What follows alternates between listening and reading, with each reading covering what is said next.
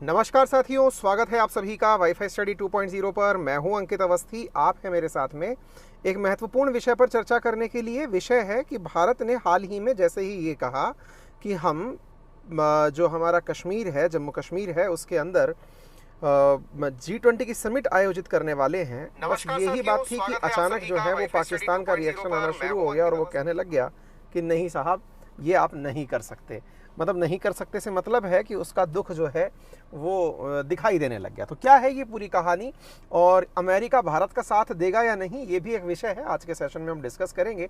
काफ़ी इंटरेस्टिंग है। जिनको इस विषय के बारे में कुछ नहीं पता है उनसे गुजारिश है कि एक बार अभी से मात्र 17 घंटे पहले मैंने एक वीडियो किया था, आप उसे ज़रूर देखें, जिसमें मैंने लिखा था कि भारत ने एक मास्टर स्ट्रोक चला है जिसमें G20 समिट को कश्मीर में आयोजित कराए जाने की भारत ने तैयारियां करना शुरू किया है। आपको मालूम होना चाहिए, ग्रुप ऑफ 20 नेशंस के नाम से दुनिया भर के जो बड़े देश हैं, जो कि लगभग 75% आबादी, 85% जीडीपी मेंटेन करते हैं, उन देशों का सम्मेलन है G20, उनको भारत आयोजित करवाने वाला है 2023।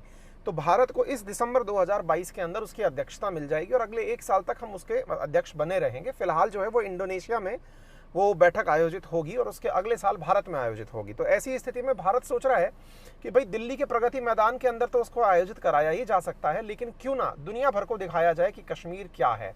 तो ऐसी स्थिति में भारत ने अपने द्वारा एक 5 सदस्यीय समिति का गठन किया था। ये 5 सदस्यीय समिति का गठन किया गया था। आप यहाँ पर एक ऑर्डर देख सकते हैं। ये न्यूज़ सबसे पहले न्यू इंडियन एक्सप्रेस जो न्यूज़पेपर है उसके अखबार से आउट हुई थी 24 तारीख के दिन। और जब ये अखबार में न्यूज़ आउट हुई तो इसमें प्रॉपर तरीके से ये जानकारी भी बाहर निकल कर आई कि कौन कौन जो है वो यहाँ पर पार्टिसिपेट करेगा। तो इसके अंदर बताया गया कि जो कमेटी इस कार्य को आयोजित कराने के लिए बनाई गई है उसके अंदर प्रिंसिपल सेक्रेटरी गवर्नमेंट से, कमीशन सेक्रेटरी ऑफ गवर्नमेंट से, एडमिनिस्ट्रेटिव सेक्रेटरी टूरिज्म डिपार्टमेंट से, इतने सारे लोग जो हैं वो इसके अंदर शामिल किए जाएंगे।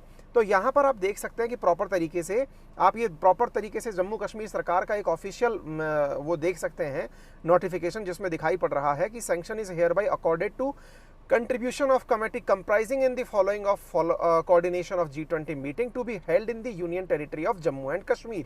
तो ये मीटिंग की पूरी न्यूज़ जैसे ही बाहर आई, सबसे पहले न्यू इंडियन एक्सप्रेस जो अखबार है उसने ये न्यूज़ बाहर निकाली। उसके बाद हिंदुस्तान टाइम्स ने भी इस बात को बहुत ही अच्छे से प्रेजेंट करते हुए कहा कि जब से स्पेशल स्टेटस हटा है उसके बाद से, आर्टिकल 370 का जब से हटा है उसके बाद से, ये सबसे शानदार काम है जो भारत करने जा रहा है, बड़ा काम है जो हम करने जा रहे हैं।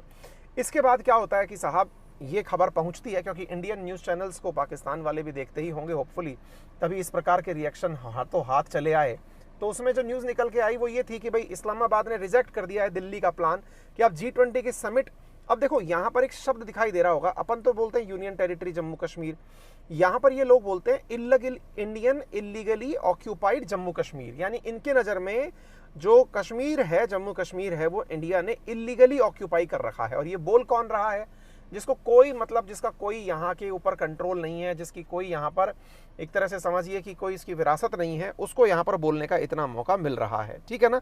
तो ऐसी स्थिति के अंदर जो है इनके द्वारा ये जो न्यूज़ आई, ये आपके सामने, आपको इन कटिंग्स के माध्यम से समझ में आ जानी चाहिए, जो यहाँ पर आपको दिखाई पड़ रहा है कि भाई Pakistan reject India's plan to hold G20 event in occupied Kashmir. ठीक है, आप इस न्यूज़ को भी देख सकते हैं कि पाकिस्तान ने कंडेम किया है कि नेबरिंग कंट्री जो प्लान कर रही है ऑक्यूपाइड कश्मीर के अंदर, जो कि इंटरनेशनली रिकॉग्नाइज्ड डिस्प्यूट टेरिटरी है। इनका कहना क्या है पाकिस्तानियों का कि ये जो जगह है ये डिस्प्यूटेड टेरिटरी है और इसके बारे में इनका कहना है कि यहाँ पर इलीगली और यूनिलेटरल एक्शन लिए जाते हैं। अगस्त 5, 2019 से भारत की फोर्सेज ने 639 इनोसेंट कश्मीरियों, हाँ जी, होपफुली अब ठीक हो गया होगा। अगर आप मुझे सुन और देख पा रहे हैं तो होपफुली अब ठीक हो गया होगा।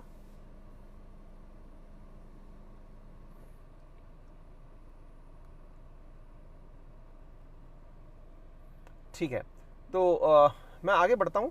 तो अब मुद्दा ये निकल करके आया, हाँ जी, थोड़ी देर के लिए बफरिंग आई थी, इंटरनेट में शायद कोई परेशानी रही होगी। ठीक है,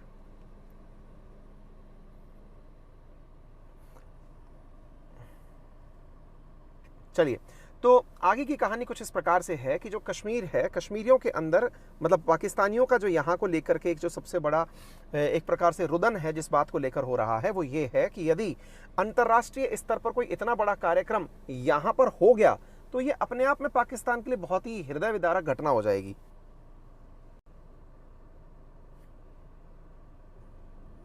लेकिन मुझे आवाज़ क्यों नहीं आ रही है? Hello hello hello hello.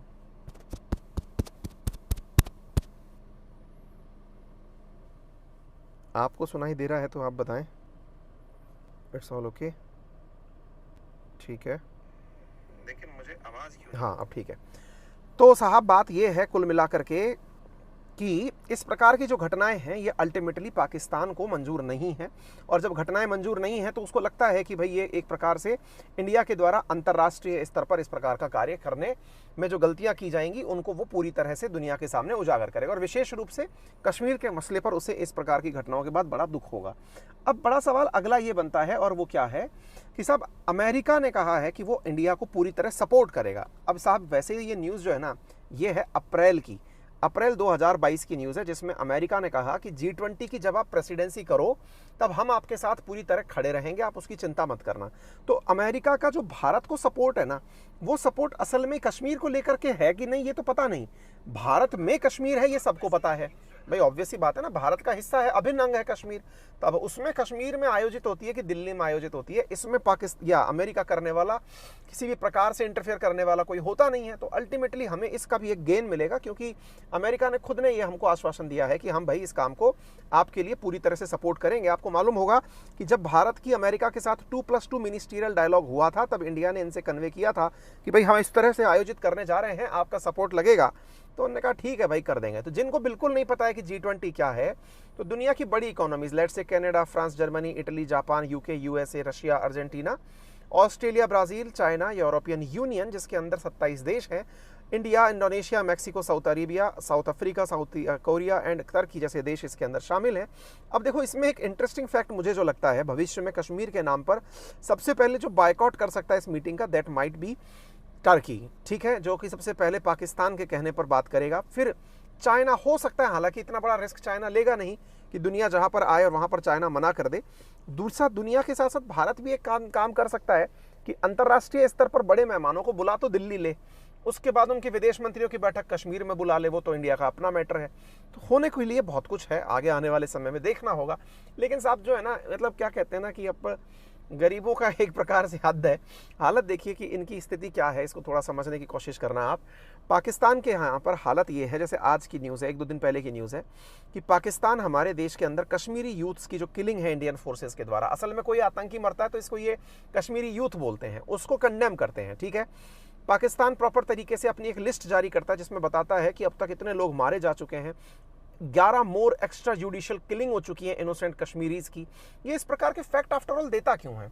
ताकि कश्मीर के लोगों को गलत न्यूज़ दे दे करके बगावत के लिए उतारा जा सके, देश के विरोध में उतारा जा सके। अच्छा, तो इस प्रकार की घटनाएं जो है वो पाकिस्तान पूरी दुनिया के अंदर एजेंडा बना करके भेजता रहता है कि ब्रूटल फोर्स जो है वो कश्मीर पीपल्स को एक्स्ट्रा जुडिशियल किलिंग के द्वारा मार रही हैं, कस्टोडियन टॉर्चर हो रहा है। क्या करें, अगर आपके यहाँ पर रोजगार के लिए बैंक खुलती है तो बैंक मैनेजर को आप मार देते हैं। बैंक मैनेजर को अगर आप मार देते हैं तो आपको रख कर पूजा जाए क्या साहब? आपको भी मरना तो पड़ेगा ना। अब अगर आपको मारा जा रहा है, इसको आप एक्स्ट्रा जुडिशियल किलिंग कहते हैं, तो आप जस्टिस किसको कहेंगे? होपफुली जस्टिस समझ में आता तो आज ये हालात नहीं होते, क्योंकि इनके यहाँ पढ़ाने लिखाने के लिए किताबें तक तो बची नहीं है मालिक। मेजर पेपर क्राइसिस चल रहा है इस समय। पेपर का मतलब है पन्ने वाले जो पेजेस है ना, ये तक तो खत्म हो रखे हैं। हालत ये है कि स्टूडेंट्स में not get new books in new session, मतलब पाकिस्तान के अंदर किताबें पढ़ाने के लिए तो किताबें के लिए कागज है नहीं, दूसरी तरफ जस्टिस की बात कर रहे हैं आप। पाकिस्तान की हालत इस समय स्थिति ऐसी है कि अगर जो नया एकेडमिक सेशन इनका अगस्त 2022 से शुरू हो रहा है, उनके 3 राज्य सिंध, पंजाब और खैबर पख्तूनवा में किताबें नहीं छप पाएंगी, क्योंकि उनके पास कागज का अभाव हो गया है।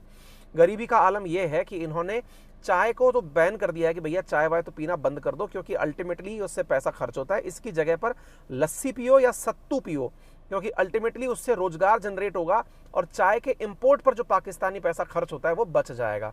इस तरह के जुगाड़ लगाने वाले लोग जो हैं वो भारत के साथ में नसीहत देने का काम कर रहे हैं। हालात इनके जो हैं वो बताने लायक तो नहीं है, फिर भी मतलब दुनिया जहां डूब रही है वहां पर इनका हाल और बुरा है। हालत ये है कि इनका मतलब जो डॉलर के मुकाबले रुपया है ना, वो 188 रुपये पर चल रहा है, ठीक है।